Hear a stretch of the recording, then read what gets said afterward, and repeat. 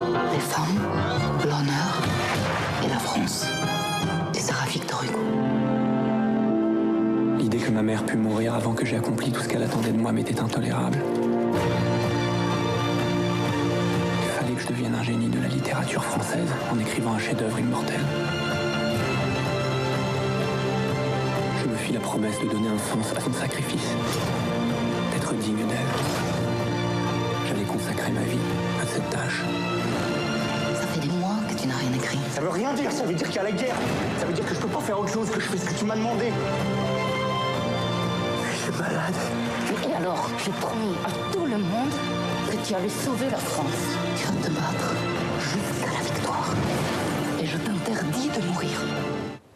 Bonsoir Pascal. Bonsoir. Ravi de vous retrouver. La promesse de l'aube, c'est l'adaptation cinématographique du célèbre roman de Romain Gary et vous avez assisté à l'avant-première. Oui, alors vous savez, c'est toujours un exercice extrêmement périlleux d'adapter un livre au cinéma, mais ici l'exercice est totalement réussi. On a un film épique, d'aventure qui donne envie de se replonger, de se plonger ou de se replonger, si vous l'avez pas lu, dans le roman qui a été publié par Gallimard ou dans cette édition avec Futuropolis, qui est une édition illustrée par Johannes Farr, qui est absolument magnifique. Le film est drôle, émouvant, même un peu politique, puisqu'il nous replonge dans cette France qui, à l'époque, accueillait tous les migrants qui viennent des quatre coins de la planète. Et c'était le cas de Romain Gary et de sa maman qui ont débarqué en France totalement désargentés de Pologne. Le film est vraiment à voir. Alors nous étions à l'avant-première et nous avons rencontré les deux coproducteurs qui sont à l'initiative de ce projet. Il y a un coproducteur français, Éric Gelman, et un Belge, Sylvain Goldberg, et je vous y emmène. Allez.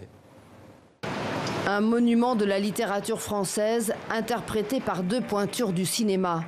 Charlotte Gainsbourg et Pierre Ninet, magistrales, dans la peau de Romain Gary. Tous les livres de son œuvre étaient un hommage à la féminité. Celui-là en particulier, et surtout un hommage, celui-là, à toutes les mères. Donc j'espère que c'est ce que vous percevrez dans le film. Dans la salle, il y a toute l'équipe, notamment ce coproducteur belge. Il faut savoir que La promesse de l'aube de Romain Gary est un de mes romans de chevet. Je l'ai lu plein de fois quand j'étais adolescent, ça me transporte totalement. Lorsque Éric Gelman, le producteur, l'initiateur du projet, producteur en France, m'a parlé de ce film, je lui ai dit tu ne peux pas ne pas m'y associer, c'est impossible. Pratiquement toutes les séquences militaires ont été tournées en Belgique, donc plusieurs semaines de tournage en Belgique, une grosse partie de l'équipe belge, quelques effets spéciaux, enfin pas mal de choses en fait.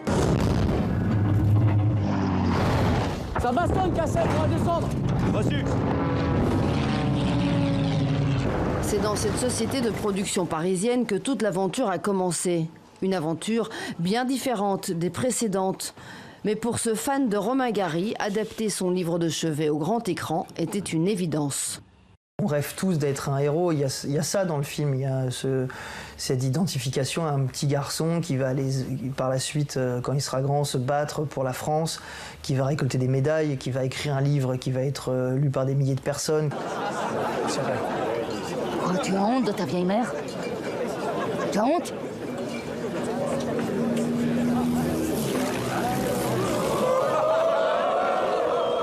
Si on a été trop aimé très jeune, on va avoir du mal derrière à retrouver un amour aussi fort. Je ne sais pas si c'est vrai, en tout cas ça l'a été pour Romain Gary, mais c'est aussi quelque chose qui a fait que toute sa vie, il a été en quête, qu'il n'a pas forcément trouvé, qu'il s'est surpassé. Mais est-ce qu'il a été heureux? On peut pas dire.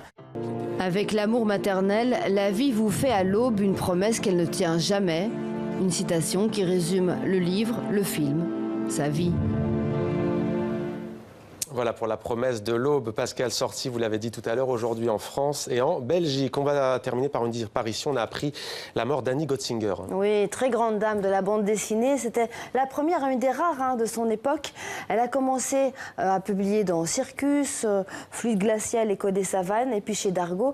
Et c'est son personnage, Félina, qui l'a rendue célèbre. Ensuite, elle a fait toute une série de romans graphiques sur des femmes célèbres, notamment Colette, vous le voyez, qui est son dernier ouvrage qui a été publié en 2010. Mais il y a également eu Casque d'or, Georges Sand. Elle a été primée plusieurs fois au Festival d'Angoulême et au Festival de Blois. Elle est décédée à l'âge de 66 ans. C'était Demander le programme. Merci beaucoup Pascal pour cette chronique culture. À bientôt. À bientôt. On va maintenant passer à l'invité de Patrick Simonin.